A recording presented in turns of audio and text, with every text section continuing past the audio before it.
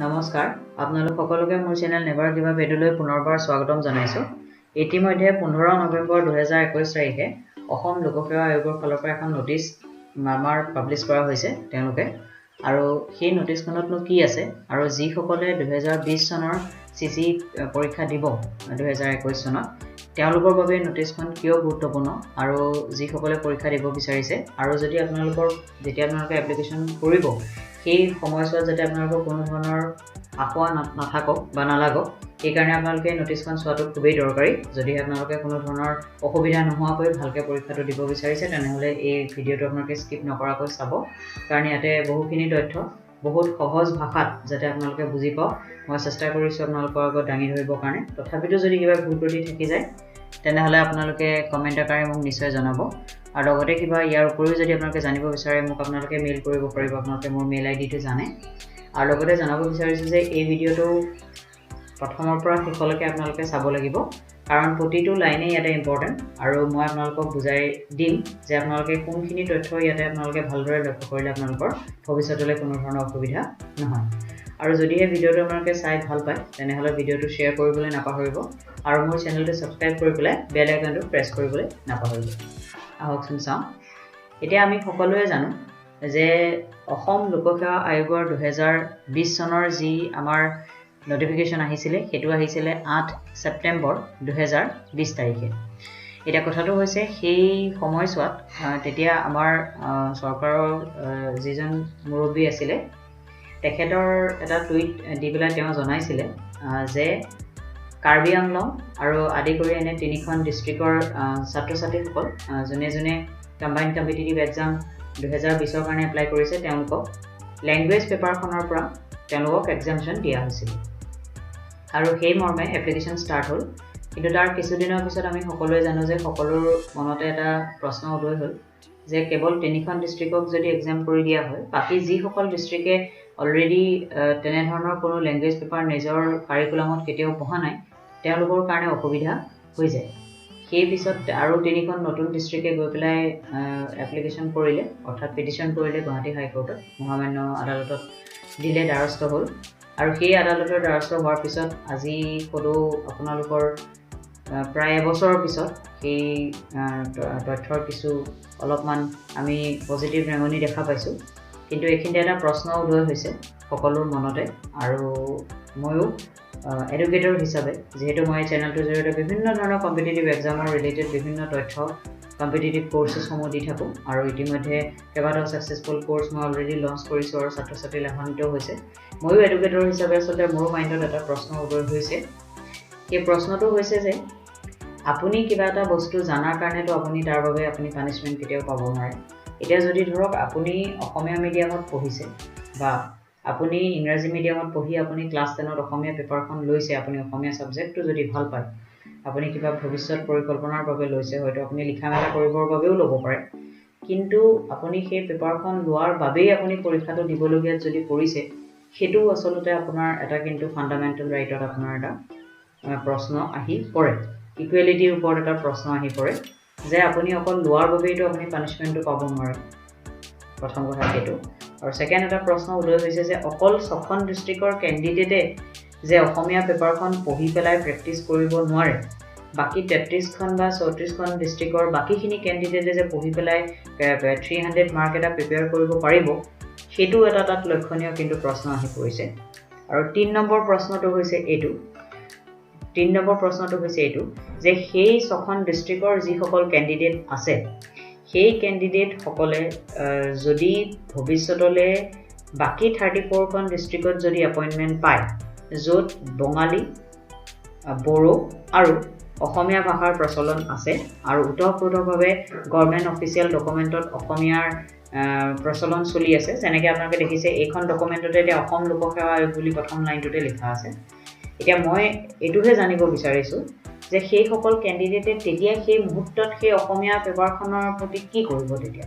কাৰণ তেওঁলোকে তেতিয়া সেই অসমীয়া পেপাৰখন শিকিব নে নিশিকিব, নে তেওঁলোকে কোনোবা এজন অসমীয়া জানা মানুহৰ থ্ৰুদি তেওঁলোকৰ ডকুমেন্টসমূহ লিখাব নে তেওঁলোকে নিজ হাতে ডকুমেন্ট লিখিব। বা গভৰ্ণমেণ্টে এনে ধৰণৰ কি ব্যৱস্থা ল'ব যে সেই ছখন ডিষ্ট্ৰিক্টৰ কেণ্ডিডেট যিসকলে অসমীয়া পেপাৰখনৰ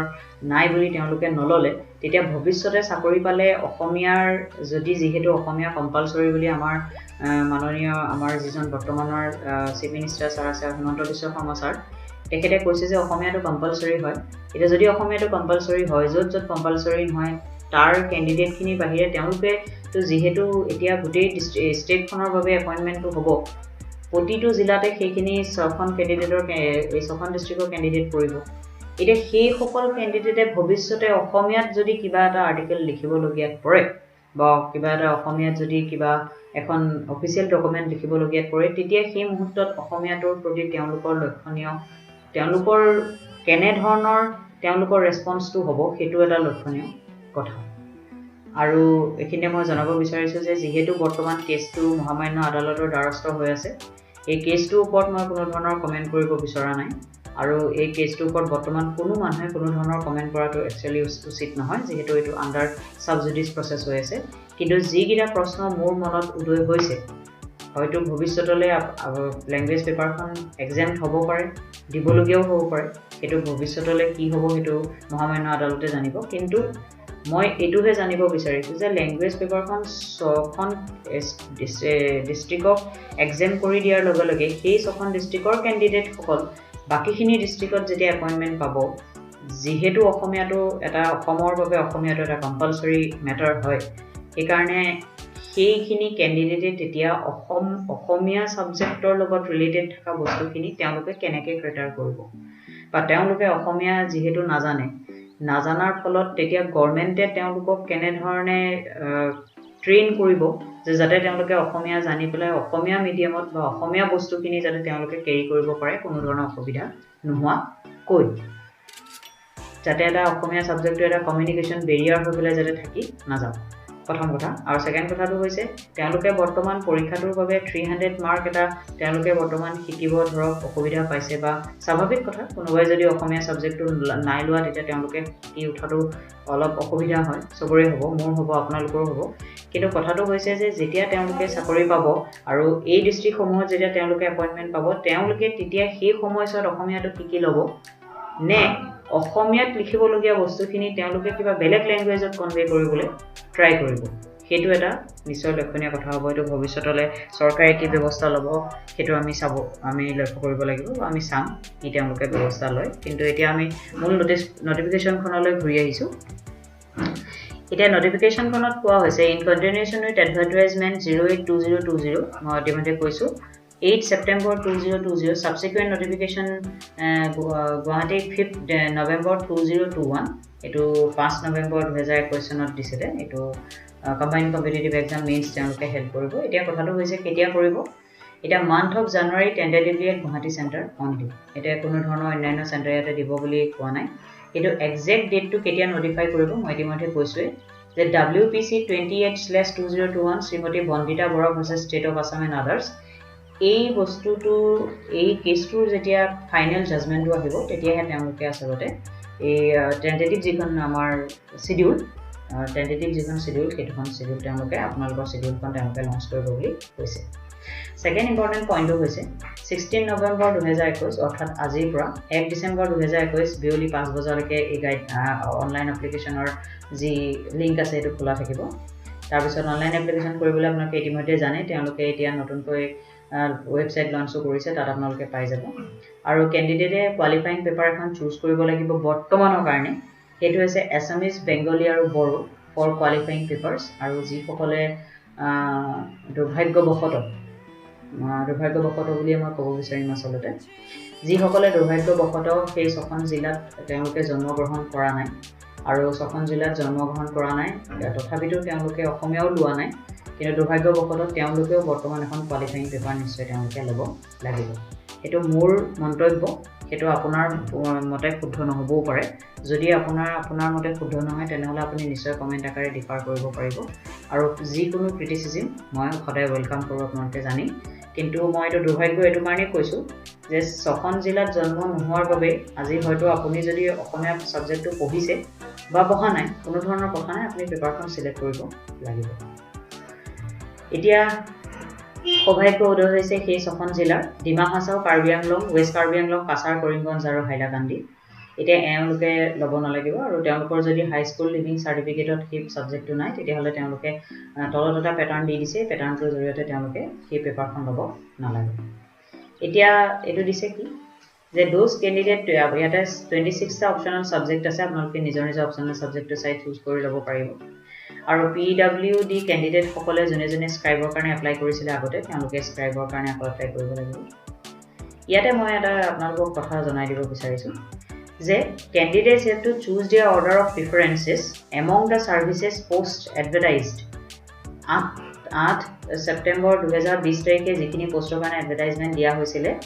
সেইখিনি অৰ্ডাৰ অফ প্ৰিফাৰেন্সেছত দিয়া হ'ব। কিন্তু ইয়াতে আপোনালোকে এটা কথা লক্ষ্য কৰি চাব, ইয়াতে দিছে candidates will be considered for only those cadres or posts he has chosen or she has chosen for main examination submitting online. যদি আপুনি কিবা এটা আপুনি অৰ্ডাৰ অফ প্ৰিফাৰেন্সেছত আপুনি পোষ্টটো দিয়া নাই তেনেহ'লে সেই পোষ্টটোৰ বাবে আপোনাক কিন্তু কনচিডাৰ কৰা নহ'ব। ইয়াতে তেওঁলোকে সেই কথাটোৱে কৈছে, সেইকাৰণে আপোনালোকে যিখিনি পোষ্টৰ বাবে আপোনালোকে চাকৰি কৰিব বিচাৰিছে সেইখিনি আপোনালোকে দি দিব আৰু যিখিনি কাৰণে আপোনালোকে কৰিব বিচৰা নাই সেইখিনি কাৰণে আপোনালোকে নিদিব। কাৰণ আপোনালোকে চাকৰিটো পাই পেলাই যদি সেইটো পোষ্ট আপোনালোকে জইন নকৰে তেতিয়া আচলতে কি হয়, কোনোবা এজন কেণ্ডিডেট যিজনক সঁচাকৈ সেই পোষ্টটো লাগে বা তেওঁ কৰিব বিচাৰিছে বা তেওঁ সেই চাকৰিটো লাগে তেতিয়া সেই কেণ্ডিডেটজনৰ বাবে সেই পোষ্টটো আপুনি এনেই কেনচেল কৰি দিয়াৰ নিচিনা হয়। আচলতে মানুহ কম্পিটিটিভ এক্সাম দি থাকিলে আচলতে মানুহ চেল্ফিছ হ'ব লাগে, কিন্তু চেল্ফিছ হোৱাৰ মূৰ্খ হোৱাৰ মাজত এটা ডিফাৰেঞ্চ আছে। এইটো কথাটো হৈছে কি আপোনালোকে সেই কামটো নকৰিব, সেই মূৰ্খামিটো নকৰিব। তাৰমানে আপোনালোকে যদি পাছ কৰাৰ পিছতো আপোনালোকে একদম কনফাৰ্মলি চিয়'ৰ হৈ ভাবিছে যে আপোনালোকে সেই পোষ্টটো আপোনালোকে পালেও কোনো কাৰণত আপোনালোকে সেই চাকৰিটো নকৰে তেনেহ'লে সেই পোষ্টটো কাইণ্ডলি আপোনালোকে ফিল আপ নকৰিব। কাৰণ আপোনালোকৰ এই মূৰ্খামিটোৰ কাৰণে কোনোবা এজনে সঁচাকৈ পাবলগীয়া কেণ্ডিডেট এজন কিন্তু বঞ্চিত হৈ যায়। এই কথাটো হৈছে, আৰু মই এইটো কথা মই নিজৰ ফালৰ পৰা পাৰ্চনেল এক্সপিৰিয়েঞ্চৰ ফালৰ পৰা জনাই দিব বিচাৰিছোঁ যে মই যেতিয়া 2016 চনত কম্বাইণ্ড কম্পিটিটিভ এক্সামৰ কাৰণে ফৰ্ম ফিল আপ কৰিছিলোঁ, যিটো পৰীক্ষাত মই যিটো কাট অফ আছিলে কাট অফৰ পৰা 2 মাৰ্কৰ বাবে মই ৰৈ গৈছিলোঁ। আৰু মই বহিয়াতি কল কৰা নাই বাৰু, কাৰণ মোৰ প্ৰতিটো কথাতে আচলতে কোৰ্ট কেছ কৰি থকাৰ বৰ এটা মানে সেই হাবিয়াসটো নাই। কিন্তু কথাটো হৈছে কি তেতিয়া মই যেতিয়া ফৰ্ম ফিল আপ কৰিছিলোঁ তেতিয়া মোক কিন্তু কোনেও শিকাই দিয়া নাছিলে, মই নিজেই ফৰ্ম ফিল আপ কৰিছিলোঁ। আৰু ফৰ্ম ফিল আপ কৰাৰ সময়ত যিখিনি পোষ্টৰ বাবে মই চাকৰি কৰিব বিচৰা নাই বা মই ভাবিছোঁ যে ভৱিষ্যতে সেই পোষ্টখিনি মই পালেও মই এইটো কথা ক'ব বিচৰা নাই যে কোনোবা এটা পোষ্ট ভাল বা কোনোবা এটা পোষ্ট বেয়া, হয়তো মই ACSৰ চাকৰিটো মই কৰিব নিবিচাৰিব পাৰোঁ ভৱিষ্যতে যদি মই পাওঁ, বা তেনেকুৱা কিবা এটা ALRS মই কৰিব, APS মই কৰিব নিবিচাৰিব পাৰোঁ। বোলে মই চাকৰিটো যদি ভৱিষ্যতে মই পায়ো যাওঁ, পাছো কৰোঁ, তথাপিতো মই সেই চাকৰিটো মই জইন নকৰোঁ। তেনেকুৱা মাইণ্ডছেট যদি মোৰ যিহেতু আছিলে সেইকাৰণে মই কিছুমান পোষ্ট মই তেতিয়া ফিল আপ কৰোঁতে ফৰ্মখনত ফিল আপ কৰা নাছিলোঁ। তাৰমানে মই ভাবিছিলোঁ যে মই যদি জইন নকৰোঁ তেতিয়াহ'লে কোনোবা পাবলগীয়া কেণ্ডিডেটজন যাতে বঞ্চিত হৈ নাযাওঁ। আচলতে সেইটো আমি এটা জানিব লাগে, বিকজ আমাৰ সেই মাইণ্ডত সেই আচলতে অনেষ্টিটো থকাটো উচিত আচলতে, কাৰণ সেইটো আপোনালোকৰ নিজে ইনভাইট কৰিবলগীয়া কোৱালিটি হয়, সেইটো আপোনালোকক কোনো বেলেগে দিব নোৱাৰে। আৰু বা মই সেইটো কৰাৰ কাৰণে মই নিজকে খুব অনেষ্ট বুলি ক'ব বিচৰা নাই, কিন্তু মই বিচাৰিছোঁ যে যাতে ইকুইটি অফ শ্বেয়াৰটো সকলোৰে মাজত থাকিব লাগে। যদি আপুনি পোষ্টটো জইন নকৰে আপুনি ফিল আপ কৰাৰ কোনো অৰ্থ নাথাকে, নহয়নে বাৰু? ঠিক আছে, আগলৈ যাওঁ। এতিয়া কথাটো হৈছে স্মল ফেমিলি নৰ্মছ দিব লাগিব, এইজৰ কাৰণে matriculation certificate, degree certificate, caste, PWD, EWS, আৰু ইয়াতে এটা ইম্পৰ্টেণ্ট চাব, character certificate from 2 responsible person of status not related to the candidate. এইটো কথাটো হৈছে কেণ্ডিডেটৰ লগত ৰিলেশ্যন নাথাকা দুজন ৰেছপেক্টেবল পাৰ্চনৰ পৰা আপোনালোকে কেৰেক্টাৰ চাৰ্টিফিকেট ল'ব লাগিব। যিকোনো ব্যক্তিৰ পৰা ল'ব পাৰিব, গেজেটেড অফিচাৰ হ'ব পাৰে, ভাল কোনোবা ইণ্টেলেকচুৱেল পাৰ্চন হ'ব পাৰে, যেনে যাক আপুনি ৰেছপেক্টেবল ছ'চাইটিয়ে ভাবে তেওঁৰ পৰা আপুনি ল'ব পাৰিব। আৰু এই 6খন ডিষ্ট্ৰিক্টৰ যাৰ যাৰ ভাগ্য উদয় হৈছে তেওঁলোকৰ কেণ্ডিডেটে ৰেচিডেঞ্চ চাৰ্টিফিকেট দি পেলাই এক্সামছনৰ কাৰণে ক্লেইম কৰিব পাৰিব। আৰু ইয়াতে দিছে যে পাৰ্চন যিসকলে গভৰ্ণমেণ্ট ছাৰ্ভিচেছত আছে, পাৰ্মানেণ্ট হওক বা টেম্পৰেৰী কেপাচিটিত হওক বা অন্যান্য হওক, তেওঁলোকে খালি যদি কেজুৱেল ৱৰ্কাৰ আৰু ডেইলি ৰেটেড এমপ্লয়িজ নহয় তেনেহ'লে আপোনালোকে যদি কিবা পাব্লিক এণ্টাৰপ্ৰাইজত কাম কৰি থকা নাই তেতিয়া গভৰ্ণমেণ্ট হওক, আপোনালোকে পাৰ্মানেণ্ট বা টেম্পৰেৰী বা আপোনালোকে কণ্ট্ৰেকচুৱেল টেট টিচাৰ হ'ব পাৰে, পাৰ্মানেণ্ট টেট টিচাৰ হ'ব পাৰে, বা অন্য কিবা আপোনালোকে বিভাগত কাম কৰি থাকিব পাৰে, বা আপোনালোকে ক'ৰবাত কণ্ট্ৰেকচুৱেল বেচিছত ক'ৰবাত কাম কৰি থাকিব পাৰে। অকল এডুকেশ্যন ডিপাৰ্টমেণ্টত নহয়, যেনেকৈ ফৰেষ্ট ডিপাৰ্টমেণ্টতো কণ্ট্ৰেকচুৱেল বেচিছত লয়, বা পুলিচ বিভাগতো, হোম বিভাগতো বহুত ধৰণৰ কণ্ট্ৰেকচুৱেল বেচিছত পোষ্ট লয়, তেতিয়া আপোনালোকে সেইটো জনাব লাগিব বুলি ইয়াতে দিছে। ইয়াতে আপুনি জনাই পেলাই দিয়া হৈছে। আৰু ফিজৰ কথা লিখিছে EWS আৰু জেনেৰেলৰ বাবে 285 OBC MOBCৰ বাবে 185 আৰু এটা বহুত ভাল তেওঁলোকে পদক্ষেপ লৈছে ওমেন ক্যান্ডিডেটৰ বাবে তেওঁলোকে যিটো ফিজ ৰাখিছে এটো নীল কিন্তু প্ৰসেসিং ফিজ 30 रुपीस এটা লৈছে এই যোনটোৱে ওয়েবসাইট মেইনটেইন কৰিব তেওঁলোকৰ বাবে আৰু এখিনে জনাই দিছে লাষ্টত যে যেটো সেন্টাৰ আপোনালোকে এডমিট কাৰ্ডত থাকিব তাতহে পৰীক্ষা দিব লাগিব যেটো অপচনেল এডমিট কাৰ্ডত থাকিব হেতুৱে দিব লাগিব আৰু যেটো ল্যাঙ্গুৱেজ পেপাৰ আপোনালোকে লব কোৱালিফাইং পেপাৰ এই কাৰণে হেতু পেপাৰতহে আপোনালোকে পৰীক্ষাটো দিব লাগিব আদাৰৱাইজ আপোনালোকৰ পৰীক্ষাৰ ইয়াতে বহি ইভালুৱেট কৰা নহব এতিয়া এখিনিয়ে তথ্য আছিল আৰু এতিয়া আমি সংক্ষিপ্ত ৰূপে তথ্যখিনি আমি কনসলিডেটেড কৰি মানে আমি চাই লব বিচাৰিছো যে কিবা যদি ইয়াতে ৰৈ থাকি গৈছে তেতিয়াহলে আপোনালোকে আৰু বাকিখিনি কি তথ্য আপোনালোকে জানিব লাগিব এটো হৈছে the commission will hold the combined competitive examination 2020 in the month of January tentatively এটো মধ্যে কৈছে আৰু exemption paper পাব Dima Hasao Karbi Anglong west Karbi Anglong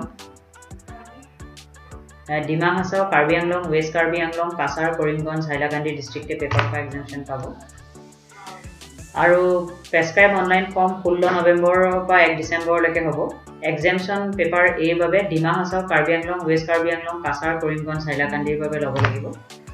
small family names দিব লাগিব ক্যাৰেক্টাৰ সাৰ্টিফিকেট দিব লাগিব আৰু সখন ডিস্ট্ৰিক্ট জুনে exemption পাইছে তেওঁলোকে ৰেসিডেন্স সাৰ্টিফিকেট আৰু ডেপুটি কমিশনাৰৰ পৰা